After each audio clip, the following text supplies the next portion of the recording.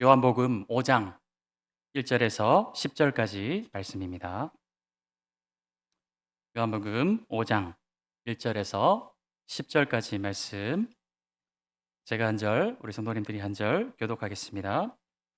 그 후에 유대인의 명절이 되어 예수께서 예루살렘에 올라가시니라.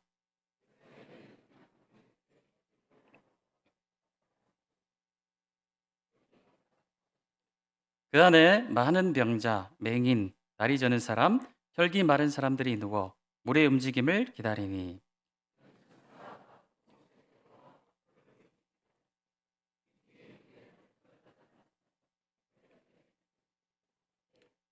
거기 38해 된 병자가 있더라.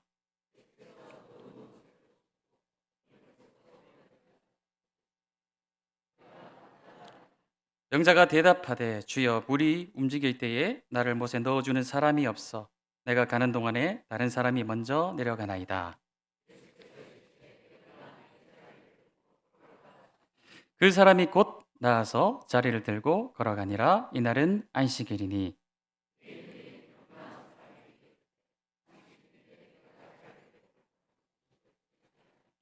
아멘. 네, 오늘 말씀은 38년 된 환자와 베데스다 연못 그리고 그를 만나 주시고 치유하신 예수님에 관하여서 증거하고 있는 그런 말씀입니다. 이 베데스다 연못은 어떤 곳인가? 본문에서 소개하고 있는 것은 양문이라는 곳에 붙어 있는 이 다섯 행각의 부근에 있는 그런 연못이다. 이 큰 문들이 있겠죠? 그 문에 붙어 있는 그런 다섯 행각, 방이라고 좀 생각하시면 좋겠습니다. 거기에 많은 여러 모양의 환자들이 거기서 앉아 있습니다. 그들이 하염없이 쳐다보고 있는 것은 바로 베데스다 연못이 되겠죠. 이들이 계속 거기서 가끔 못에 내려와 이 천사들이 물을 움직일 때에 어떤 병을 가지고 있든지 먼저 들어가는 자는 낫는다. 근데 이 말씀이 이제 괄호 안에 있어요. 네모로 이루어진 이 괄호에 보면은 물의 움직임을 기다리니 하면서 이는 천사가 가끔 하는 곳에 보시면 괄호가 쳐져 있으시죠? 네, 그것은 무엇이냐면은 지금 성경은 원본이 없습니다. 원본은 이미 너무 오래돼서 다 소실이 되었고 이 사본으로 되어 있는데 어떤 사본에는 요 구절이 들어 있는데 어떤 구절에는 요것이 없다. 그래서 이것이 전설적인 좀 그런 이야기가 될 수도 있겠고 실질적인 그런 이야기가 될 수도 있을 것이에요. 하지만 중요한 것은 이 베데스다의 이야기가 전해주는 그런 의미가 되겠습니다. 자, 베데스다 연못은 어떤 연못인가요? 먼저 들어가는 자는, 즉 요즘 말로 하면 선착순 1등으로 들어가는 것은 성공한다. 이런 의미를 가지고 있는 것이 그 당시에 베데스다 연못이 가지고 있는 그런 의미였다라는 것입니다. 수많은 환자들이 이 베데스다 연못만 바라보고 있는 거예요. 그래서 천사가 와서 막 물이 막 움직이게 될 때 가장 먼저 뛰어가 가지고 발을 먼저 담근다든지 몸을 먼저 적신다든지 어쨌든 가장 먼저 들어가는 자는 어떤 병이 있더라도 고쳐진다. 이 말은 다른 말로 하면 가장 먼저 선착순으로 들어가서 1등으로 들어가는 사람은 성공하는 반면에 그 주변에 있는 수많은 환자들은 동시에 좌절을 느끼게 하는 그런 연못이라는 것이죠. 오늘도 내가 먼저 못 들어갔구나. 간발의 차이로 못 들어가도 못 낫는 거예요. 전승에 따르면 그렇다라는 것이죠. 희망과 좌절이 공존하는 장소가 바로 이 베데스다 연못이었다는 것입니다. 오늘날 현대인들에게도 베데스다 연못과 같은 것들이 있죠. 제가 20대 때, 요즘이 절대로 아닙니다. 20대 때 전도사로 있을 때 한 성도님이 장난 삼아서 저한테 로또 복권을 선물을 해주셨어요.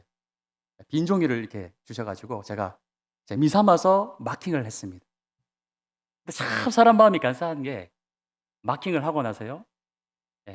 제 기억으로는 그 추첨하는 날짜가 이제 목요일이었던 것 같아요. 야, 3일 동안 집 팔고 땅 팔고 냉장고 팔아서 천국을 사야 되는데 집 사고 냉장고 사고 차도 사고 다 사는 김치국물 마시기 놀이를 막 혼자 하게 되더라고요. 추첨일이 지나면서 그 모든 소망이 다 한순간에 사라지는 것을 경험을 했습니다. 그 후로는 다시는 쳐다도 보지 않는 것이 로또 복권이. 혹여 어떤 자에게는 이 베데스다가 내가 어딘가 투자해 놓은 땅이 될 수도 있겠죠. 내가 투자해 놓은 주식이 될 수도 있을 것이고, 우리 젊은 분들이 요즘 많이 하는 코인이 될 수도 있을 것입니다. 저게 동해야 되는데 막 움직여가지고 쏴야 되는데 오르지 않아서 오를 때까지 하염없이 쳐다보고 있는 그런 현대인들의 베데스다가 오늘날에도 존재하고 있다는 것이죠. 삼포 세대라고 해가지고 요즘 젊은 이들이 연애도 포기, 결혼도 포기, 아이 낳는 것도 포기, 헬조선이라 해서 이 나라엔 소망이 없다.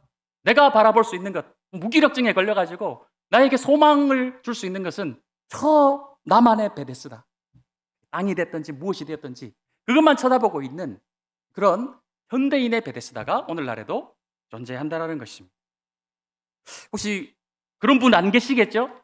우리 성도님들 가운데도 이렇게 베데스다를 하염없이 그것만 바라보고 계시는 분이 혹시 계십니까?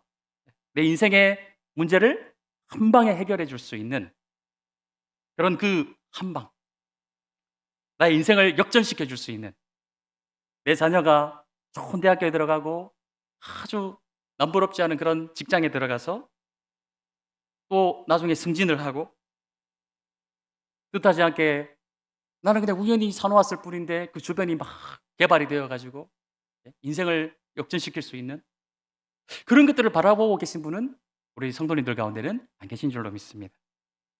오늘 이 환자의 처지를 한번 좀 보도록 하겠습니다. 어쨌든 이 38년 된 환자에게는 이 베데스다 연못이 그 삶의 유일한 희망이었어요. 환자의 정황을 한번 좀 살펴보면 나이는 정확하게 알 수가 없습니다. 이분이 나면서부터 불치병을 가지고 38년을 살았는지 아니면 살아가다가 도중에 불치병을 얻어서 그 후로부터 38년을 환자로 이렇게 병자로 지내든지 그래서 우리가 알 수 없어요.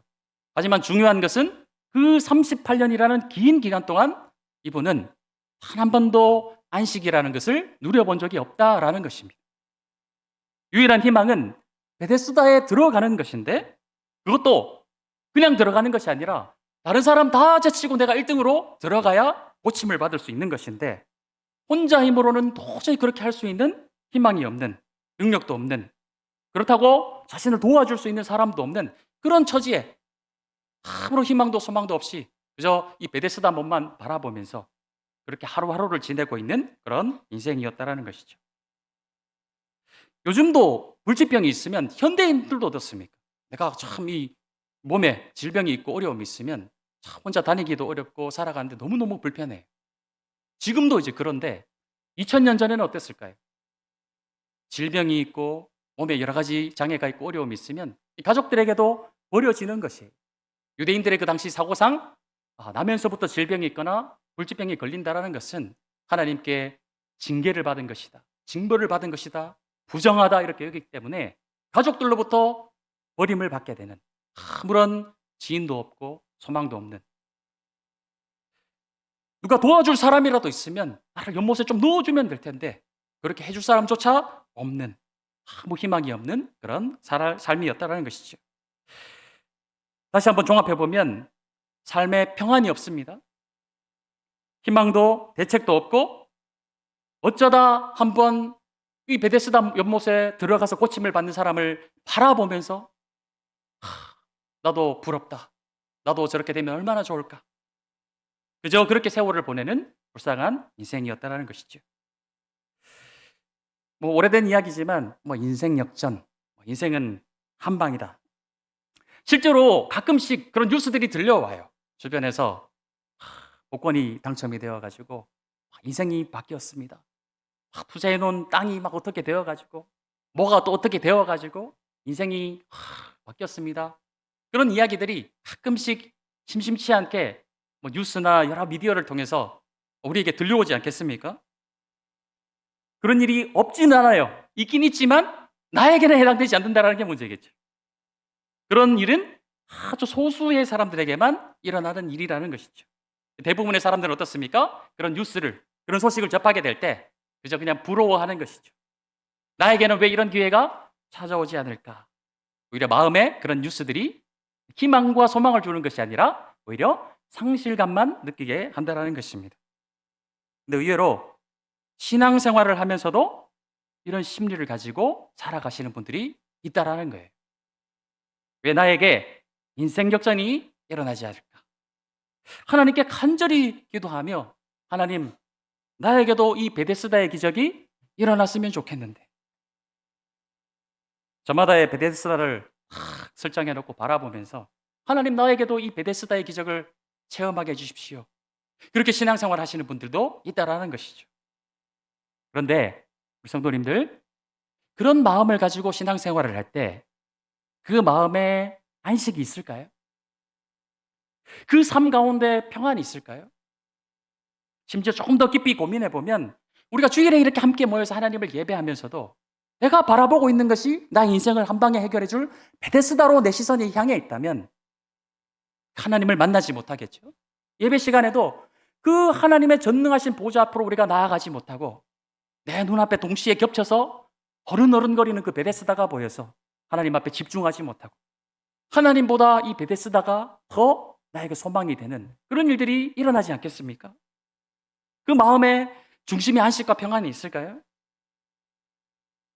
예배 자리조차도 예수님을 바라보지 못하는데 내 일상과 일터의 삶에서 하나님을 바라볼 수 있을까요? 하나님이 보이는 것이 아니라 베데스다만 보이게 되는 것입니다.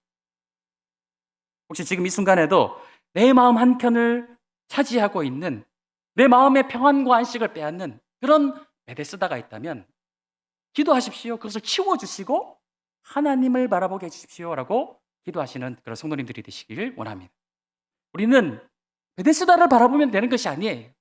예수님을 바라보셔야 됩니다. 우리가 바라보아야 할 대상은 바로 하나님이시라는 거예요. 38년 된 환자에게 예수님이 찾아오셨습니다. 6절 말씀해 보면 네가 낫고자 하느냐? 말할 것도 없죠. 환자의 대답은 그렇습니다 라는 것이죠. 8절에서 9절까지 말씀을 보면 예수님이 그 환자를 치유해 주시는 것을 보게 되는 것이고 38년간이나 벗어나지 못했던 그 무거운 짐을 벗어나게 되는 이 모습을 우리가 보는 것입니다. 어쩌면 지난 38년간 베데스다만 쳐다보고 늘 좌절하며 단 한순간도 안식을 누리지 못했던 이 환자가 예수님을 만남을 통하여서 한 번도 누려보지 못했던 안식이 그 삶 가운데 회복되어지는 것을 보게 되는 것이죠. 그러므로 오늘 말씀을 통해 우리가 깊이 생각해 봐야 될 것은 무엇입니까? 우리가 주일에 교회에 와서 여러 가지 이제 봉사를 하시고 여러 가지 또 다양한 섬김을 하고 계시죠. 오랜 기간 일을 하다가 보면 지칠 때가 있어요. 이게 이제 6월 달이 되어 가지고 또 이제 남은 하반기 열심히 우리가 또 사역을 하면서 내가 전반기에 잘하지 못했던 것들을 좀 반성하고 후반기에는 더 열심히 달려가야 되겠다 이런 마음이 들어야 되는데 연말만 기다리자. 연말만 되면 담당 지도 교역자에게 연락을 해서 내년에는 좀 쉬게 해주십시오. 혹시 그렇게 연말만 바라보고 계신 분이 혹시 계시지 않습니까? 사역을 하다 보니까 실제로 15년, 20년 교사 근속하시는 분들이 참 대단하다는 생각을 하게 되었어요. 연말만 되면 참 걱정되는 것이 평소에는 괜찮다가 연말쯤 되면은 전화 연락 오는 것이 막 두려워요. 제가 이제 교역자, 부교역자로 전도사로 있을 때 전도사님 내년에는 좀 쉬고 싶습니다 이런 연락이 올까 봐 연말만 되면 이제 웬만하면 전화가 안 왔으면 좋겠다 그런 생각을 했던 기억도 나는 것 같습니다. 거기서 좀 더 지나쳐가지고 이제 난 모든 사역을 좀 내려놓고 싶습니다. 교회 와가지고 아무 일도 하기 싫고 그냥 예배에만 좀 집중하고 싶습니다. 그렇게 해야 제가 좀 안식을 얻을 것 같습니다. 안 됩니다. 안 됩니다. 그래도 우리가 힘을 내십시다. 지금까지 해온 것이 있는데 그래도 좀 더 힘을 내어가지고 내년도 함께 달려가십시다. 이렇게 간절하게 부탁을 드리면 목사님은 우리의 마음을 모르잖아요. 목사님은 주일날 열심히 같이 우리랑 섬기지만 월요일날 쉬시잖아요. 우리는 월요일날 출근해요. 이러면서 우리 좀 쉬게 해주십시오. 이렇게 간절하게 부탁하시는 분들도 만나본 적이 있어요. 1인 다역을 하다가 보니까 지쳐서 좀 정리를 하고 좀 쉬고 싶고 그래서 이렇게 말씀하시는 안식, 그 안식을 좀 먹고 싶습니다. 그런 말씀을 하시는 것에 대해서 충분히 공감도 하고 이해도 됩니다. 하지만 우리가 주일에 교회에 와서 여러 가지 일을 많이 하기 때문에 안식을 못 누리는 것은 아니에요. 반대로 일을 하지 않는다고 해서 안식을 누릴 수 있는 것도 아닙니다. 좀 극단적이지만 오늘 이 38년 된 환자의 모습을 우리가 한번 바라볼까요? 38년 된 이 병자는 38년 동안 안식일을 율법적으로 완벽하게 지킨 사람이에요. 아무 일도 하지 않았습니다. 아무 일도 안식일에 하지 않고 가만히 누워 있었어요. 하고 싶어도 할 수 없는 사람이. 38년 동안 율법적으로 안식일을 완벽하게 지켰지만, 그러니까 아무 일도 안 했어요. 그 마음에 안식이 있었을까요? 그 마음에 안식이 있었을까요? 아니에요. 이 환자는 주일날, 안식일날 아무것도 하지 않았지만 그 마음에는 안식이 없었다라는 거예요. 반대로 예수님은 안식일날 어떻게 하셨습니까? 안식일날 여러 병자들을 만나시면서 그들의 질고를 짊어지시고 그들의 아픔을 돌봐주시고 그들의 병을 고쳐주시는 사역을 하셨어요. 많은 일들을 예수님은 안식일날 하셨어요. 말할 것도 없이 예수님은 안식일의 주인이시죠. 그 예수님 자체가 안식이시라는 것입니다. 일을 안 하고 쉰다고 안식을 누릴 수 있는 것도 아니고 일을 한다고 해서 안식을 못 누리는 것도 아니라는 것입니다. 중요한 것은 우리가 사역이란 일을 할 때 어떻게 하느냐가 중요한 것이죠. 생명을 살리는 일, 영혼을 돌보는 일, 주님의 몸된 공동체를 위한 일, 내가 섬기는 이 사역 가운데 이 중심, 마음을 잃지 않는다면 내가 여러 가지로 섬기는 이런 바쁜 와중 가운데서도 나의 영혼도 안식을 얻을 수 있고 내가 섬기는 그 대상들을 통하여서도 내가 안식을 얻을 수 있고 타인의 영혼도 살릴 수 있게 되는 것이에요. 근데 연약함으로 그 마음을 잃어버리는 순간 말 그대로 우리의 모든 섬김이 영혼 없는 섬김이 되는 것이고 그렇게 점점 지쳐가다가 아무것도 하고 싶지 않아지는 영적인 무기력증에 빠질 수도 있다는 것입니다. 그러므로 중요한 것은 일을 하는 것이 중요한 것이 아니라 어떻게 하느냐가 중요하다는 것이죠. 38년 된 이 병자는 질병으로 인해서 안식일에 아무것도 하지 않았어요. 그러나 그는 그 누구보다도 더 안식 없는 삶을 살았고 그저 베데스다의 모든 것을 거는 처량한 그런 인생이었다는 것입니다. 안식이 없는 삶, 누가 날 저 못에 넣어줄 수 있을까? 그런 그에게 진정한 안식을 주신 분이 바로 예수님이셨다는 거예요. 그러므로 우리가 안식을 할 수 있느냐 못하느냐의 유무는 이 거룩한 주님의 날에 예수님을 만났느냐 만나지 못했느냐 거기에 달려있는 것이지 내가 막 바쁜 일을 많이 하느냐 안 하느냐 아니면 쉬느냐 거기 달려있는 것이 아니라는 것입니다. 여러 가지 사역으로 정신없이 바쁘게 달려가더라도 내가 이 사역 가운데 주님과 함께 이 사역을 감당하면 그 가운데서 참된 안식과 평안을 얻을 수 있는 것이에요. 반대로 아무것도 하지 않아도 주님과 함께 하지 못하면 안식과 평안을 누리지 못하는 것입니다. 이 베데스다 연못가의 환자들처럼 누가 나를 저 연못에 넣어줄까? 누가 나의 영성을 회복시켜줄 수 있을까? 누가 나에게 이 가라앉아버린 부흥의 불씨를 다시 붙여줄 수 있을까? 영적인 침체, 무기력증에 빠질 수도 있다는 거예요. 우리 한번 함께 이 시간 따라 한번 해보셨으면 좋겠습니다. 예수님을 만나야 합니다. 예수님을 만나야 안식할 수 있습니다. 베데스다가 아니라 예수님만이 내 삶의 유일한 대안입니다. 아멘. 어떤 내가 바라보고 있는 그 베데스다가 아니라 오직 예수님 안에 평안이 있고 예수님 안에 모든 문제의 해결이 있는 줄로 믿습니다. 다시 말씀으로 돌아와서 그런데 문제가 있죠. 이날은 어떤 날이었냐? 예수님이 이 병자를 고치신 날이 안식일이었어요. 16절 말씀을 한번 보겠습니다. 자, 그러므로 안식일에 이러한 일을 행하신다 하여 유대인들이 예수를 박해하게 된지라 말씀하고 있습니다. 여기서 많은 이제 오해가 생겨나는 것이 무엇이냐면은 왜 하나님은 안식일을 제정하셨고 그날에 아무 일도 하지 말라고 우리에게 명령하셨을까? 그리고 아무 일도 하지 말라고 하셨는데 그 하지 말라고 한 그 일은 어떤 일인가? 이것을 우리가 잘 모르면 여기서 오해가 생기는 거예요. 이러한 반응에 예수님께서 무엇이라 대답하셨습니까? 17절 말씀 보십시다. 17절 예수께서 그들에게 이르시되 내 아버지께서 이제까지 일하시니 나도 일한다 하시매. 안식일인데 예수님의 아버지가 누구시죠? 하나님도 일하고 계신대요. 안식일의 주인 되신 그 하나님께서 안식일에 일하고 계신다고 말씀하시는 거예요.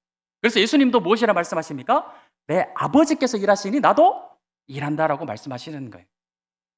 아버지의 일은 무엇이고 안식일은 무엇일까요? 21절 말씀을 한번 보겠습니다.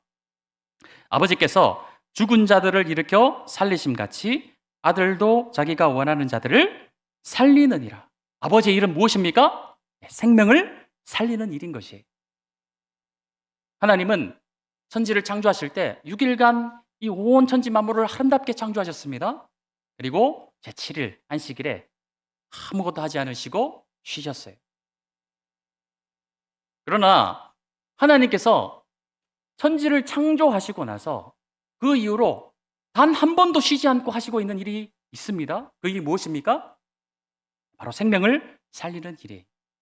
하나님이 온 땅을 통치하시고 다스리시고 이 온 천지 만물들이 다 살아갈 수 있도록 그 생명을 유지하시는 일만큼은 단 한 번도 하나님은 쉬지 않으시고 지금까지 하고 계시다라는 것입니다. 그러니까 우리가 하나님이 천지를 만드신 창조 사역과 천지를 운행하시고 다스리시는 이 사역을 우리가 좀 구별할 필요가 있다라는 것이죠. 그리고 창세기에서 출애굽기로 넘어오게 되면 출애굽기 20장 말씀에 안식일을 제정하시는 것을 보게 되죠. 십계명에 안식일을 제정하십니다. 그래서 아들이나 딸이나 남종이나 여종이나 가축이나 너의 문중에 거하는 손님, 객이라도 아무 일도 하지 말고 그냥 다 쉬라고 말씀하고 계시는 거예요. 하나님은 우리에게는 쉬라고 말씀하셨지만 우리의 주인 되신 하나님은 단 한 번도 쉬지 않고 지금까지 일하고 계시는데 우리에게 명령하시는 것은 무엇입니까? 아들이나 딸이나 종이나 가축이나 손님들은 이 안식일 날 아무것도 하지 말라고 말씀하시는 거예요. 이걸 잘 이해할 필요가 있겠죠? 여기서 말씀하시는 아무 일도 하지 말라는 그 아무 일은 어떤 일일까요? 이 출애굽기가 쓰여지던 그 당시에 사람은요 곧 노동력이고 경제력이었어요. 가축도 마찬가지 개념이었습니다. 인간은 곧 생산력이고 노동력이었어요. 우리가 어떤 대상에게 일을 시키게 될 때 일반적으로 그 대상을 원래 존재 자체의 의미로 보기보다는 그 대상에게 씌워진 역할적 의미로 보게 되기가 굉장히 쉽습니다. 좀 어려운 말이죠. 누군가 우리가 쉽게 설명을 드리면 여러분들이 다 사장님이 되셨어요. 그 직원들에게 월급을 주지 않습니까? 월급을 주는 순간 이 대상이 어떤 대상으로 보여지게 될까요? 내 아들이나 딸이나 그 다음에 내 사랑하는 어떤 친구나 그런 대상으로 보이는 것이 아니라 내가 월급을 주는 순간 어떻게 될까요? 이 갑을관계가 되는 거예요. 내가 원하는 만큼 이 사람이 일을 하지 않으면 어떻게 될까요? 거기에 대해서 마음이 어려워지게 되는 거예요. 가축도 마찬가지죠. 하나님께서 원래 개나 소나 양이나 이런 가축들을 하나님께서 만드실 때 하나님이 본래 의도가 있으실 거예요. 소를 소로 만드시고 말을 말로 만드시고 하나님이 원래 그 창조의 본연의 의도대로 만드신 목적이 있었을 것입니다. 근데 인간의 타락 이후에 그 동물들을 어떻게 하는 것이죠? 생산의 도구로 보게 되는 것이고 우리가 먹어야 되는 대상이 되어진 것이죠. 원래 하나님이 창조하셨던 본래의 의도가 왜곡이 되어져서 우리의 삶을 위한 도구가 되는 것이고 생산을 위한 목적이 되는 것이고 원래 본연의 의도가 많이 왜곡이 되었다는 것이죠. 그래서 하나님은 출애굽기에서 안식일에 우리에게 안식할 것을 명령하십니다. 네 아들과 네 딸은 너의 종이 아니다. 내가 사람을 만들 때 너의 종으로 만든 것이 아니다. 사람은 사람 대 사람이에요. 한 인간 대 한 인간의 인격적 만남이 있어야 됩니다. 아버지가 아들을 바라볼 때 아들로 바라봐야 되겠죠. 아버지가 딸을 바라볼 때 딸로 바라봐야 되겠죠. 그런데 생산이라는 일이라는 관계로 엮여지는 순간 아들을 아들로 바라보는 것이 아니라 일꾼으로 바라보게 되는 것이, 종으로 바라보게 되는 것이, 가축을 가축으로 바라보는 것이 아니라 생산의 도구로 바라보게 되는 것이. 그래서 그 모든 일들을 다 멈추고 안식일만큼은 어떻게 하라고 우리에게 명령하고 계십니까? 하나님이 사람을 만드실 때 본래 의도대로, 가축을 만드실 때 본래 의도대로 바라보라. 이 안식일만큼은 하나님의 창조 사역의 본래 본연의 의도대로 그것을 바라보며 이 안식일을 누려라. 너에게 소속되어 있는 아들과 딸과 종들과 가축들까지도 그 안식을 누릴 수 있도록 풀어주어라. 자유를 주어라. 우리에게 이렇게 명령하고 계시는 것이 그 아무 일도 하지 말라는 의미가 되겠다라는 것이죠. 정리하면 안식일에 하나님이 쉬라고 하는 일의 의미는 무엇일까요? 아무 일도 하지 말라 하셨으니까 생명을 살리는 일도 하면 안 될까요?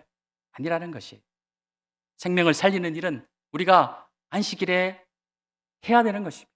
그 안식일의 정신을 계승한 주일에 해야 되는 것이에요. 그러므로 우리는 주일날 얼마든지 사역할 수 있습니다. 많은 일들 감당하셔야 돼요. 많은 일들을 감당하시되, 그래서 그냥 단순히 막 열심히 일을 하는 것이 아니라 이 일 가운데 일을 어떻게 하느냐? 하나님이 생명을 살리는 일을 지금까지도 멈추지 않고 하셨던 것 같이 내가 이 사역을 통해서 한 영혼을 살리는 일을 감당하겠다. 주님의 몸된 교회를 생명을 살리는 일을 감당하겠다. 그렇게 하시면 아무리 많은 사역을 감당하셔도 그 일로 인하여서 안식을 상실하지 않을 수 있다는 것입니다. 그런데 한 가지 일을 하더라도, 혹은 아무 사역을 하지 않더라도 그 마음이 없으면 눈앞에 베데스다만 어른어른거리는 것이에요. 내 인생을 한 방에 역전시켜 줄 수 있는 그 베데스다만 보이게 되는 것이죠. 그리고 그 마음에서 안식이 상실되어지는 것이에요. 예수님은 안식을 누리지 못하고 살던 이 38년 된 환자에게 안식을 주셨습니다. 우리 하나님은 안식하지 못하고 있는 자들에게 안식 주시기 원하시는 하나님이셔요. 혹시 혼자서는 헤어나오지 못하고 있는 그런 영적인 침체에 빠져 있지 않으십니까? 이런 나를 그 침체로부터 건져내 줄 수 있는 것은 그 어떤 베데스다가 아니라는 것입니다. 그 베데스다는 사막의 오아시스와 같이 그냥 환영처럼 보이는 것이에요. 우리를 건져내시고 구원하시고 진정한 안식을 주실 수 있는 분은 오직 예수님밖에 안 계신다라는 것이죠.